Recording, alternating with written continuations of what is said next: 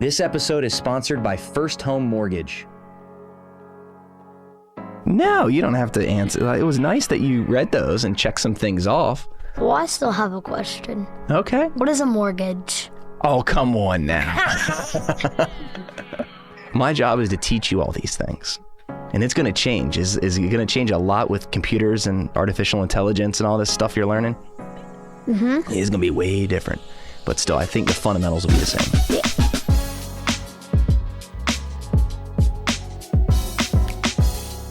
Hello, everybody. This is Matt Ryan with another episode of All Roads Lead to Real Estate. And I have another guest here today that's very special in my eyes.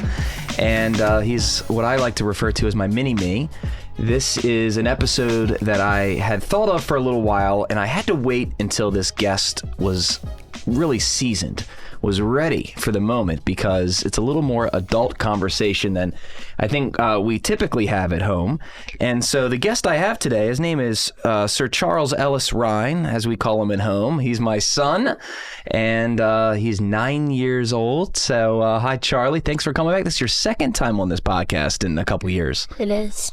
So are you excited for round two? Yes, I am. You are. Excellent. So the purpose of today, and I thought this would be interesting for a lot of reasons. Obviously for me, it's my boy, so that's always fun.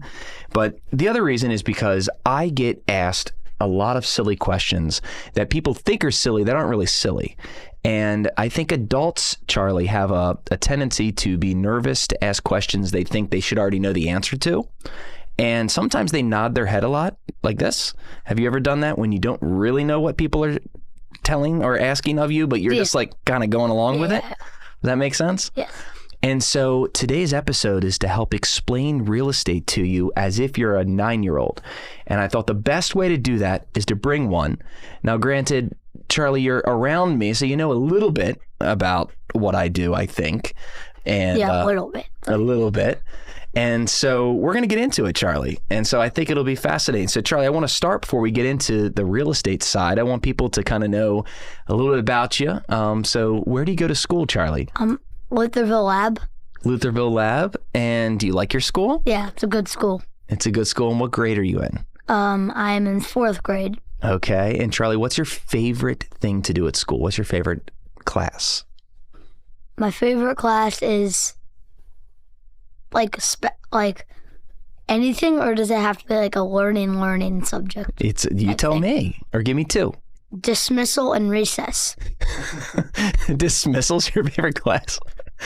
Yes. Wow. I think that school's doing quite well. What else? Is there anything else? Math. You like math? Yeah, math is my favorite learning subject. Okay, well, that's good. Yeah, you're doing pretty good, right? Yeah. Yeah, you're very proud you're in the advanced math, right? Mm-hmm. So that's very good. And so what's your favorite sport? My favorite sport is baseball. Okay. Are you really happy with your baseball career so far? Yes, very happy with my baseball career so far. Yes. Did you make your travel team this past year? Yes. And what positions do you play? Pitcher and catcher. Sweet. Yeah. So you do a great job. So I'm very proud of you, buddy. So I'm also helping to coach. It's fun.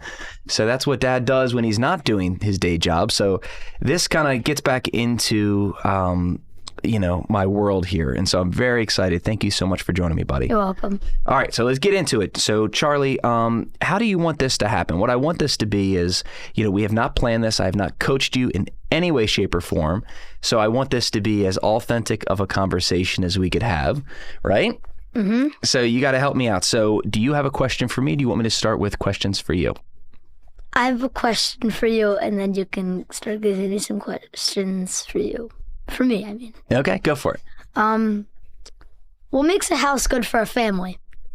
That's an interesting question. And I want to start by turning the tables on you. What do you think, Charlie, would make a house really good for a family? I don't know. Is there anything in particular? What makes the house that you live in? Do you like your house? Yeah. Why do you like it? Because it has a lot of space, because we have a lot of people in our family. Okay.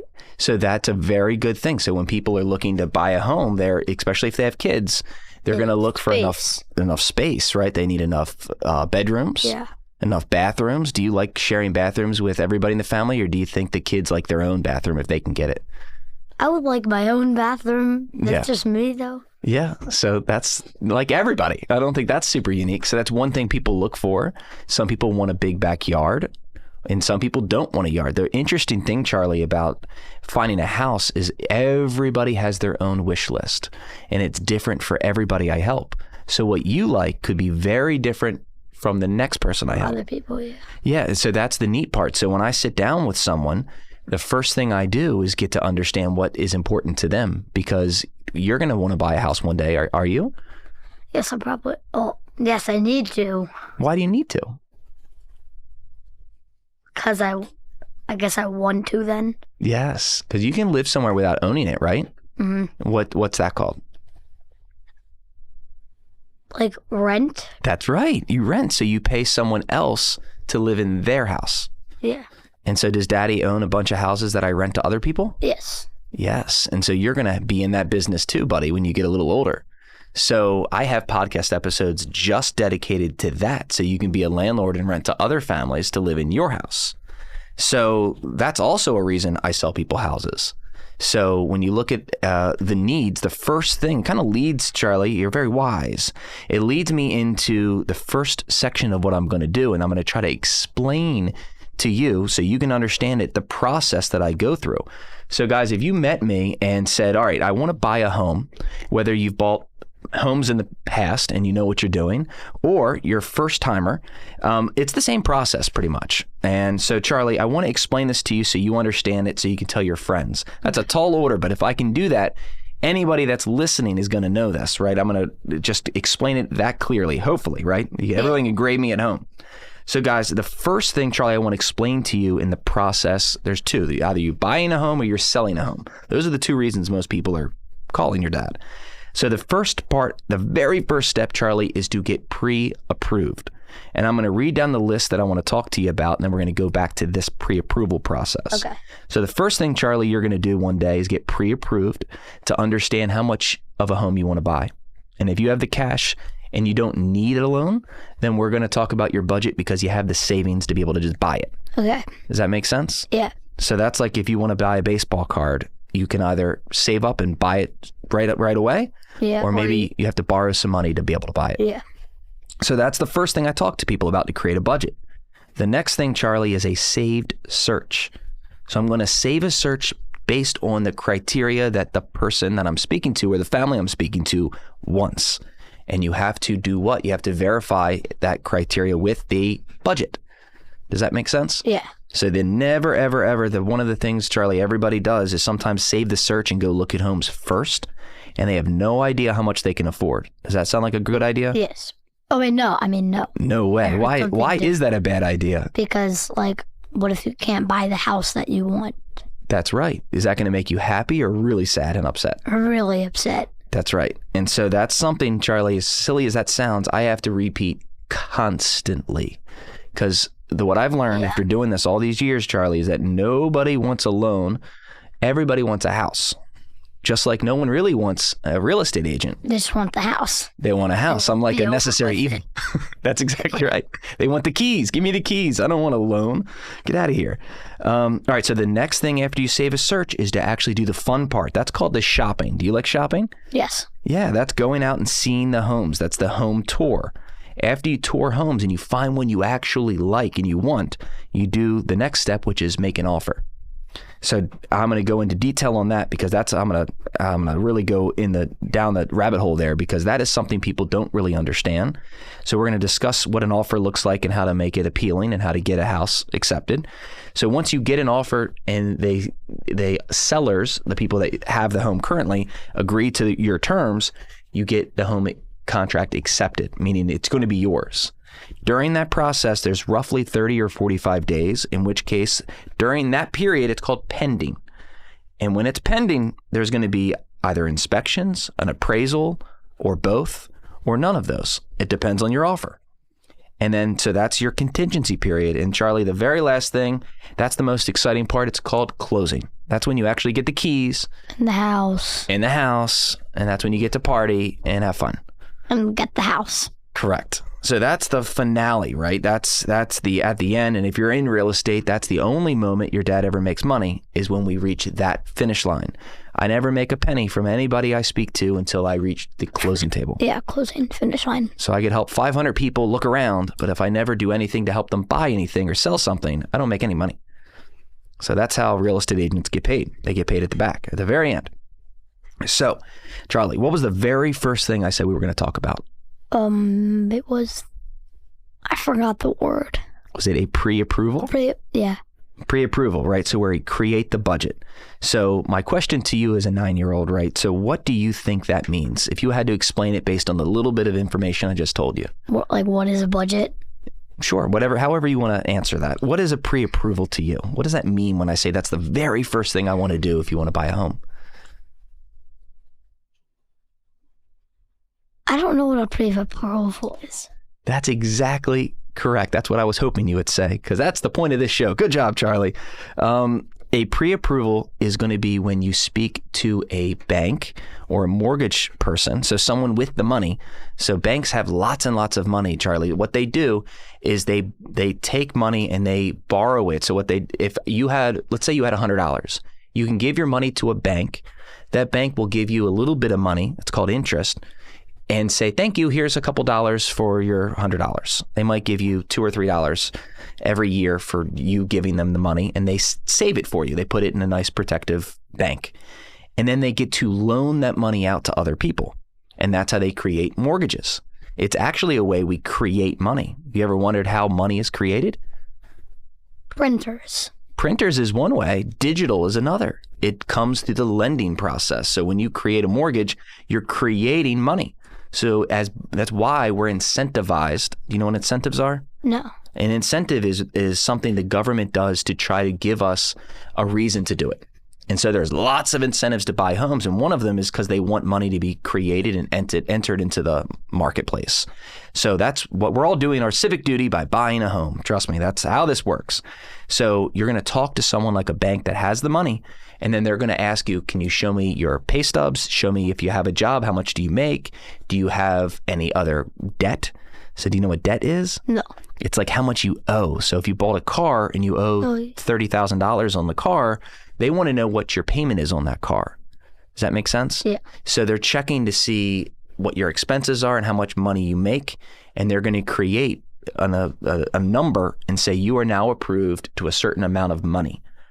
And then that is going to be your budget. Your budget for Correct. The house. And how long do you think that takes? Do you think that takes weeks and weeks and weeks? I Or think it takes like years. it takes years to get that pre-approval done? Well, maybe months. I don't know. Yeah. So what's really cool is you would think it takes forever. Yeah. But you can get it done in like an hour. Oh, you can? Yes, you can. Very It would quickly. take like a year or a month. You would think. And a lot of people think that. And is it a scary process? I don't think so. No, it's super easy.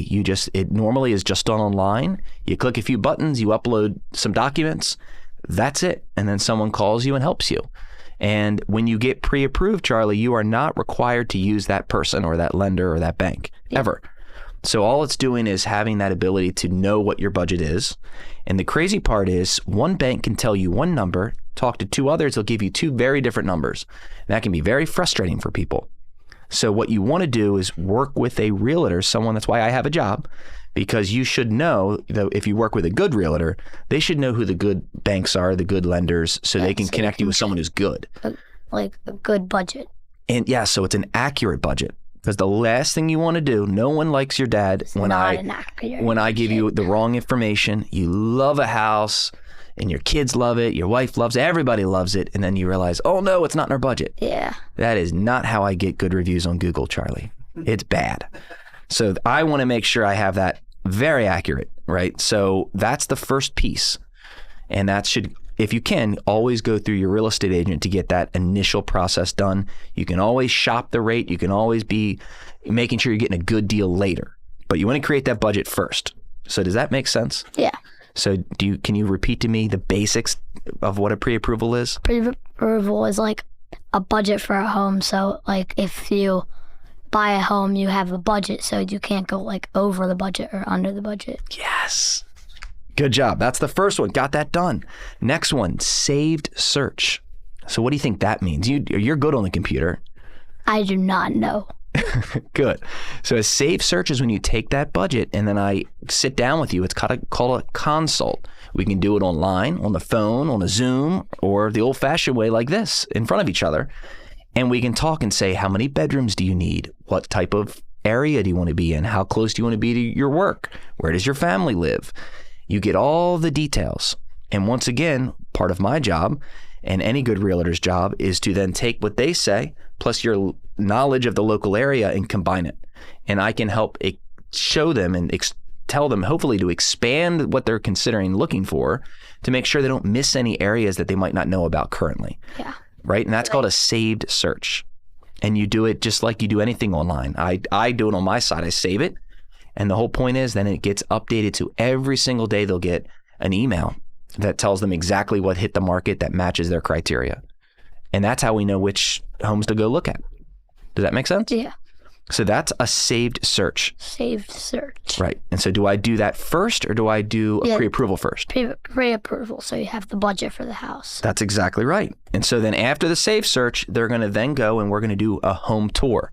Have you been on home tours with your dad before? Isn't it a showing? That's exactly right. What do you do? What's your part when you help your dad at showings? Turn on all the lights. You run around like a crazy person, right? Turn on all the lights. So the house looks better. That's right. Why? Because light helps houses look better, right? Yeah. Open up the windows, all that stuff, right? You want to make it look right.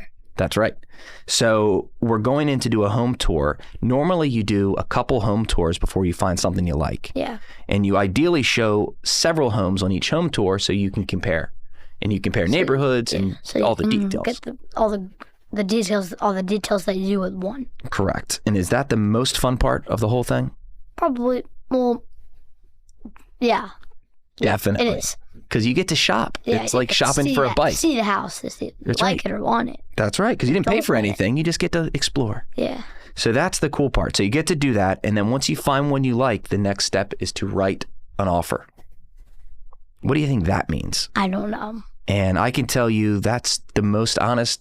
I wish half of my clients admitted they didn't know that because it can be very confusing for people. And so I try to explain it without offending anyone because some people who have done it before don't want to admit, oh, I don't know all the details. Yeah.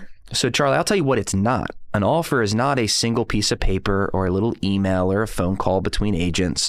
An offer is the entire contract. It's the whole thing. It's like 30, 40 pages. And a buyer has to fill out all that paperwork and sign all the details because when I submit it as an offer, it has to be complete, including that pre-approval letter. So once again, if you don't have that, now you're rushing, if you find a home first, rushing to talk to a bank to say, please approve me, I have a house I want to buy today. Yeah. That is not fun. You can't buy a house today. Not if you're not pre-approved, you can't, unless you have the cashola, right? Yeah. You have the cash, you can do it. But most of us don't. Yeah. Most people borrow. I would not. I wouldn't. No, not yet. One day you'll have the cash. So, okay. So that's what we're doing. We're going to write that offer. It's 30 pages at least. Wow. Yeah, it's big. And so you want to go over all those terms. I think the best time to learn about those terms is probably not the day you write the offer. Yeah. It's probably before. Mm-hmm. So some of those terms need to be discussed when you're doing your saved search. And I'd say this to anyone who's listening that is thinking about writing an offer or about to buy a home, even if you bought a home in the past, you need to ask your real estate agent, explain to me the different terms that I might need to know about and the different contingencies and the different ways to structure an offer so you don't have to explain it to me in 2 months when we find the perfect house and now I'm stressed and now I really want it and now it's the first time anyone's ever explained it to me. So some of those could be your inspections, your appraisal, your timelines, your ability to close early, your ability to do what's called a rent back, where you buy the home and let someone else who currently owns it live there longer. Yeah. Right? So there's all these different things that you need to be able to do, and you want to know them in advance. That's the best way to do it. Less stress. You can buy the house easier. Easier. That's the key, Charlie. If you can do that, someone is going to refer you to their friends, and that's what Daddy's looking for. Yeah. Right? So you make money. I need to make money. That's true. Yeah. And that's the way to get good reviews. So the best way to make money in real estate, Charlie, is to help people get what they want. Yeah. And so do it well. They can get what they need and what they want in the house. So then they pay you money because you helped them get to that process. That's right. So if you're really bad at your job, are they going to tell their friends and family to use you? Yeah, no, they're probably not going to use you. And they'll leave bad reviews. That's exactly right. That's exactly right. So after you do a really good offer and we get the house, you will then be accepted. And that's acceptance means the seller has signed the full paperwork, everything. All And the then 30 pages? all of it, not a single page missing, not an initial, nothing. They send it back over, and then we call it a ratified contract, but it's a accepted contract. That means everyone agrees on the terms, every term. That creates the period between when you have an accepted contract and the closing. That on average, Charlie, is about 30 days. That's it. It could be longer, but on average, it's around 30 days. Yeah, I'd assume a year or something. Yeah, so you would think, but it doesn't take that long. Yeah. And if you have cash, you can close as 10 days, Yeah. maybe even sooner. So it doesn't take that long because you have to verify that the person you're giving all that money to actually owns the house in which you're trying to buy. Can you imagine if you bought, let's say, a car from someone and they didn't even own the car? Yeah, that. And you gave them all that money? Yeah. You'd be real sad. Scam. That's exactly right. You were avoiding scams. So that's the title process, which is a whole thing. We're not getting into that. But part of this is a title search. So they're verifying who has the correct title so they can transfer it to you. So you could, most homes have inspections. Do you have any idea what a home inspection might be? Maybe like.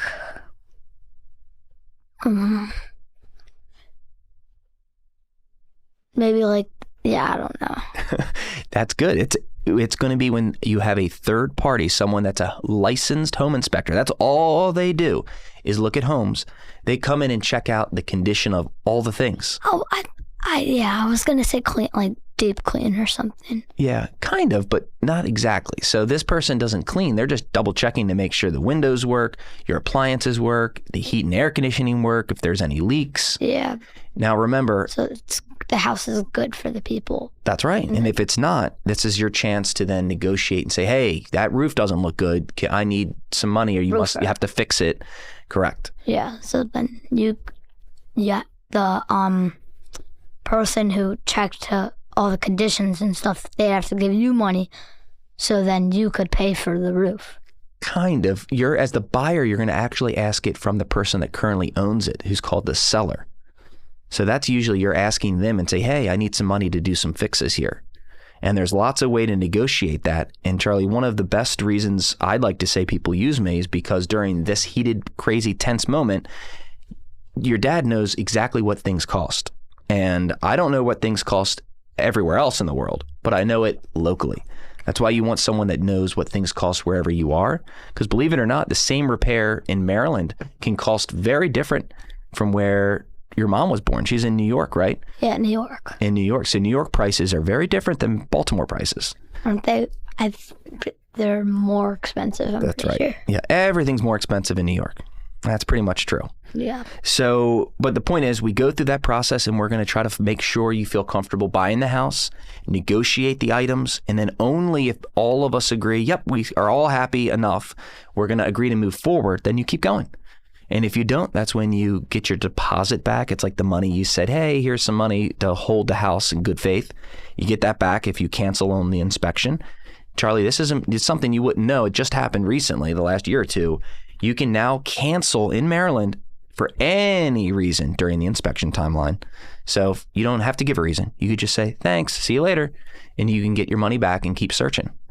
So that's important to know. So people who are terrified of the process, they can get out during the inspections for any reason. Cancel if they don't like a detail or something's not working. Correct. You don't have to explain yourself.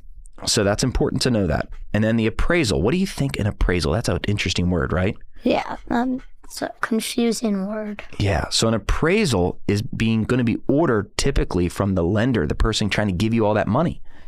And why do you think they might want an appraisal? Why do you think they want to verify what the home is worth? Why do you think the bank cares about making sure the home is worth what you're going to pay? Because of your budget? Yeah, that's part of it. Yep. And so they're going to want to verify that if you are under contract for, let's say, $500,000 to buy a house, they want to verify it's worth $500,000, because can you imagine if it's only worth $200,000 as a crazy example, and they give you $500,000? Yeah. That's not fair to the bank because Because then, then they just give you an extra $2,000 for what? yeah, for nothing. And then in the case you don't spend, imagine if you never pay the bank back. Yeah. The bank has the ability to take the house back. It's called collateral. They could say, hey, you didn't pay us. We're getting our house back. Yeah. And then they can sell it. back. And Yeah. then they can sell it. And So then they can sell it for money. correct. And then that's how they stay safe. Yeah. So you really can't beat a bank. Banks are fabulous things, and I'll teach you about how to be a bank later. That's a whole nother episode. You got to be older for that one, buddy. But believe it or not, you too can be a bank. You can lend to other people. That's fun. It's another way to make money. Yeah. But that's what an appraisal is. And so you're going to have to verify it's worth what the contract says, what you guys agreed. There can be times where it's worth more or less, but remember, it's an opinion of value. There is no such thing as knowing the exact number. So some people get really excited or really depressed based on the appraisal. It's an opinion.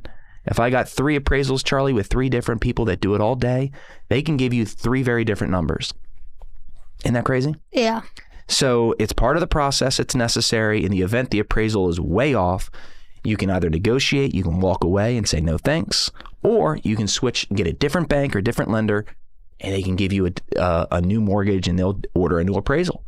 So there's a few options, but that's necessary for getting a loan. And that's another hurdle before you get the keys.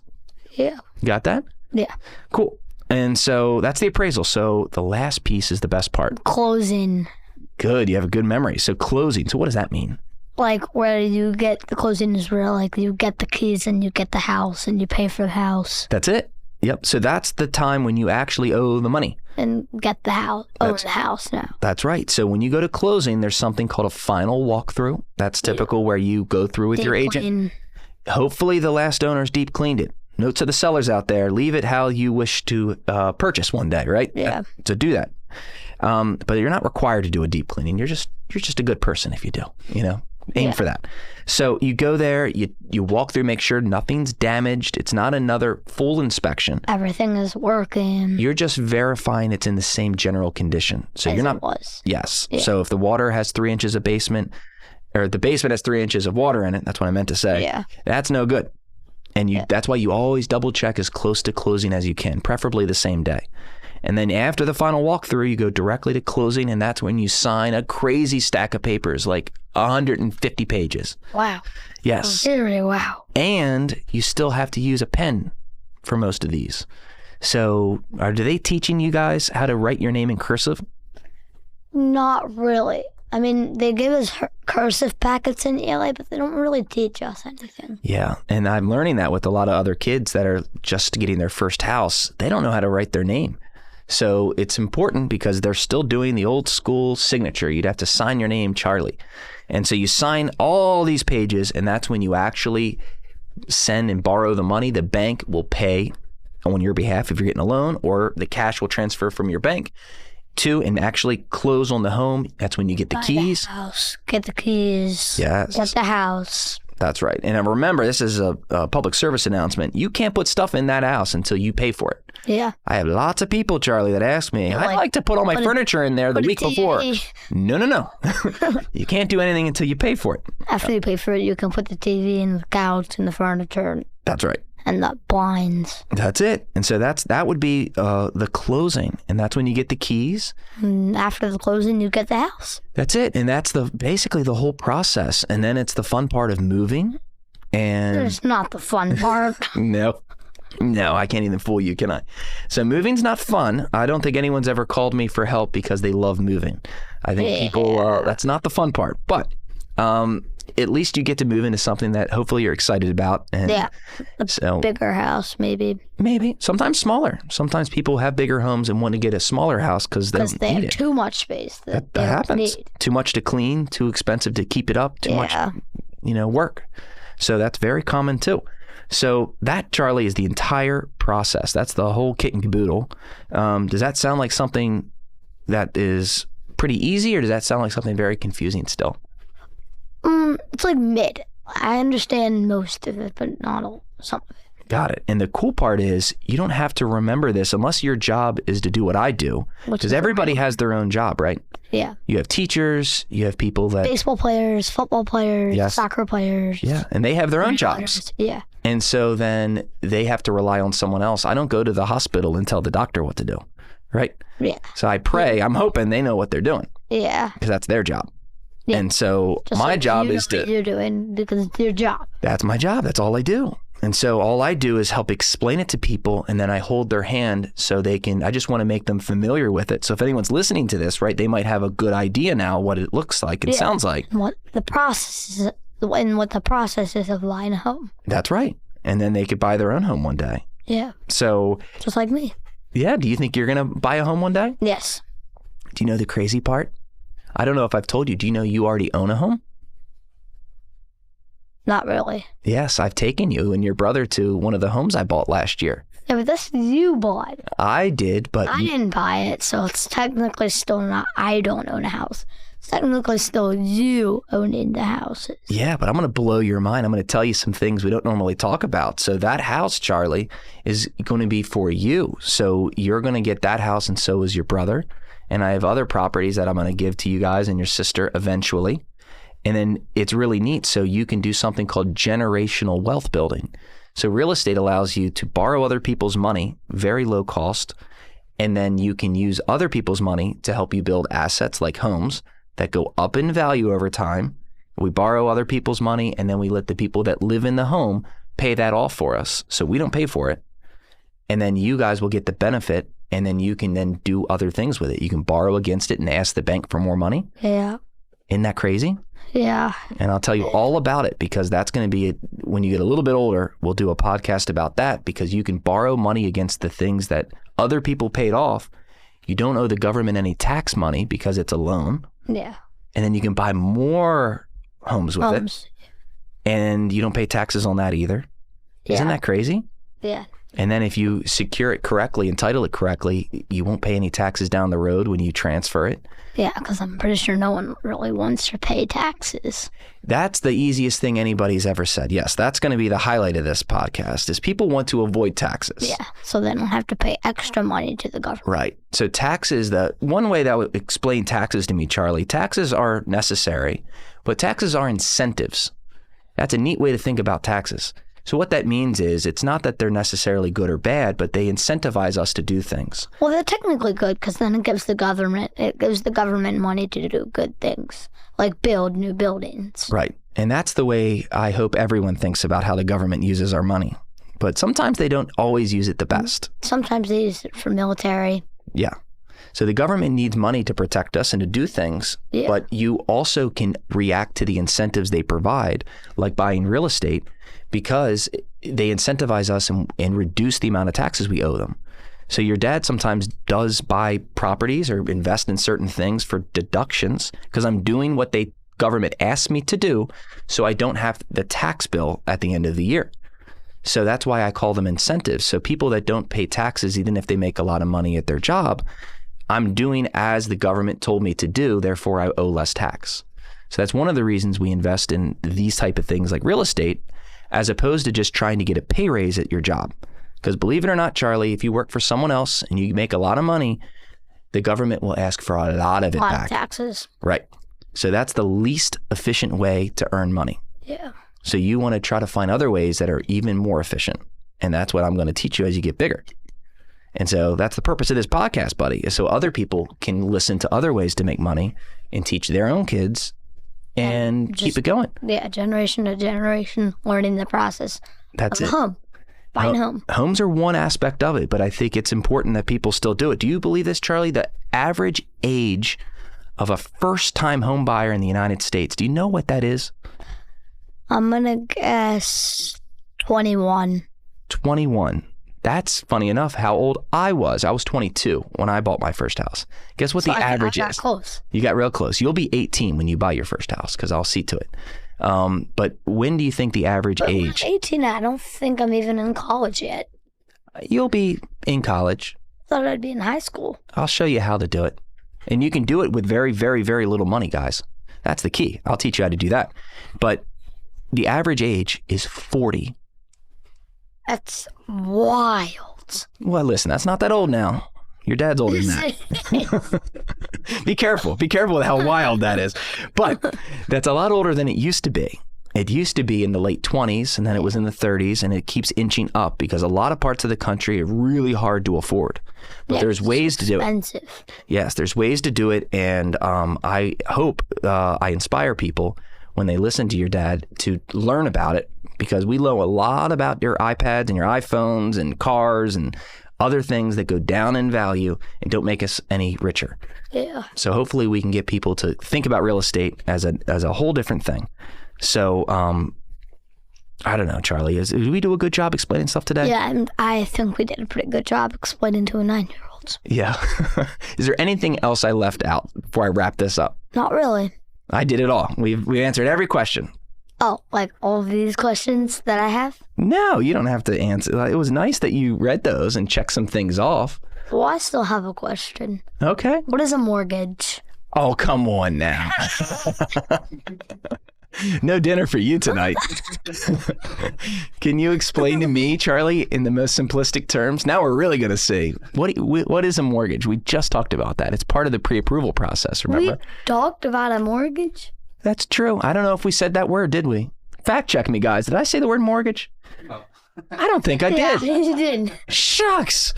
All right. Maybe you do get dinner tonight. All right. So good job, buddy. So a mortgage is when it's the document that says that I'm going to give you the money for your house, and I'm mortgaging. Do you remember Monopoly? Yes. You know how you can mortgage one of those properties? Yeah, you can mortgage them and then you get money. Because the bank gives you money. So what you're doing, it's called collateralization. That's a tough one. But Collateralization. Yes, it means I'm going to give you my home that I just bought as collateral. So if I don't pay you back, you get to take my house.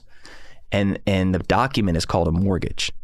And so it's more of a concept. So in the state of Maryland, it's a deed of trust. So it's just a way, Charlie, I know it's kind of confusing, but it's a way to get the money to be able to buy the house. Does that make sense? Because no one's just going to hand you free money and say, here you go, here's a couple $100,000, enjoy. Yeah, just take your $100,000 for the house, just That's right. And buy a house. That's what makes real estate really interesting, is because there's not many things an average person like us can buy that we can easily get money from someone else. Because it's a real asset. It's called an asset, something that actually maintains and retains value and can appreciate. And so that's an interesting thing, and that's what a mortgage is. So that's what I started off by saying. Nobody wants a mortgage, but they want a house. House, yeah. And so mortgages are not bad. You're going to learn something, or probably not in school, quite frankly, which is another discussion, about debt. There is good debt and bad debt. All debt is not bad. Debt means you owe someone else money. That's not always bad. I would think that'd be bad. Correct. And most of the time, it's not good. But debt when you invest, debt when you invest in an asset that goes up is really good. That's a special thing. As long as you keep your debt levels nice and low and manageable, it's very low risk. Because imagine this, Charlie. Correct. Imagine if you saved up from your job $100,000 and you're going to use that for a down payment as an investor to buy a house. You could buy one house and put $100,000 down as a down payment. Well, actually, I'm going to change the scenario. Let's say it's $400,000. You saved up a really long time. You got $400,000 saved. You can buy one house in this area in Towson for $400,000. And you didn't take any mortgage out. You don't owe anybody $1, and you rent it out and you make $3,000 a month. That's what you could do. Or I could take $100,000. How many times does $100,000 go into $400,000? 4 times. There you go. See, that math is working. So I can buy 4 houses basically with that same $400,000. That you saved up over. So what's 400,000 times 4? What's 4 times 4? 1,600. So $1.6 million. So if you take 400,000 times 4, so it's 400,000. 4 times 4 is 16. Yes, so it's 1.6 million. So now you have control of $1.6 million of real estate for the same $400,000. Yeah. So if your home appreciates, just to make it easy, 10% a year, let's just pretend that's true. If it gets 10% a year for the math purposes, what's 10% of 400,000? You remember that? Not really. That's 40,000. We haven't not learned. So you're going to make $40,000 in appreciation, right? That's how much it goes up. But what's 10%? It's just the way Daddy, it's like 1.6. So you just move the decimal. Regardless, it's $160,000. So you're going to make a lot more money over time by using debt in real estate. So mortgages aren't always bad. Just don't mortgage too much, because then that's risky. Yeah. So, well, good question. I can't believe I breezed right through that. Is there anything else I forgot, Charlie, so I don't get in trouble? See. Oh yeah, you did not explain what is the most fun or like what is the most boring and most fun part of your job. Oh, that's nice. That's a good question, Charlie. What do you think I would say is the least fun part of my job? What do I complain about the most? And remember, we're on air. Don't use first names. And don't say mom. I don't get it. That's an adult joke. Yes. So, Charlie, I would say the hardest part of my job is the time. What I do takes a lot of time. And what time do I get home from work most days? 9, probably not, like 8, probably. Yeah, 8 p.m. So Well, it used to be like 7:30 in the winter, but now it's 8. yeah, because it's spring and it's getting busier. Yeah. So I get home way late, which stinks. I don't like that, and I work on Because you don't get weekends. to eat dinner and watch movies with us. So my hobbies include work. That's my work. That's my hobby. That's my life. So that's the toughest part about my job that I wish I got more time. And the funnest part?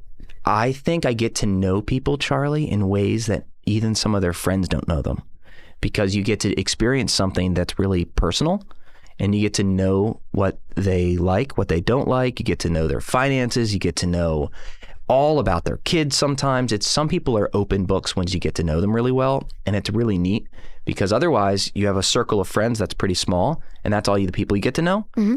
Like the house we're in right now is Mr. Raoul over here. Now he's a friend, and I sold him a house years ago. So you get to meet lots of new people. And so it's relationships. That's my favorite part. And I think a lot of people have different jobs that don't get to know people that well. So that's my favorite part. That's nice. Yeah, pretty sweet, right? Mm-hmm. Cool. All right. Well, I'm going to end it there, Charlie. What did you learn? Is there anything that you think was interesting, or was it all boring? You tell me. I think the most interesting part was, what do you think? The inspection thing where they have to check all of the, like the inspection where they check if everything's good, like the heat and air conditioning and stuff. Do you want me to take you to see one of those one day? Yeah. Yeah, they can be fun. They're stressful sometimes. Sometimes. Sometimes. I think I've been to one inspection where there was like people seeing, like they were going in the basement, checking everything out. Yeah. Seeing if the toilets work. Right. Yeah. Now you got to check the toilets. That's important. That's a key element. Really important. No toilets is real bad. You don't want to live there. Yeah, so that's neat. Well, thanks, Charlie, so much for coming back. And I'm going to be able to teach you different things as you get older. And I'm excited about that. And my goal, I think, as a dad, is to help shorten the amount of time it took for me to learn all this stuff. My goal is to shorten that so you know it a lot earlier. Faster, yeah. Yeah, because is your dad going to give you a lot of things? Not old, yeah, no. Nope. Daddy's not doing that. Daddy's not playing that game. What I will teach you, I'm going to teach you things. Does that make sense? That's going to be your gift. Don't expect a lot of money when Daddy's gone. Your job, I'm going to give you a lot of knowledge. Wait, you just said you'll give me all your money when you die. Well, Mommy will get all my money when I die. And then she's going to marry a very young, attractive, pool boy. And, be very different. It'll be very different around the house. No, Charlie, it'll be, my job is to teach you all these things. And it's going to change. Is it going to change a lot with computers and artificial intelligence and all this stuff you're learning? Mm-hmm. It's going to be way different. But still, I think the fundamentals will be the same. Yeah. So cool. Well, thanks, buddy. Well, thanks for joining. Thank you. Thanks. For teaching me all the stuff. Things about the processes of buying houses. All right. Well, I love you, buddy. Love you too. All right. Till next time, everybody. See ya.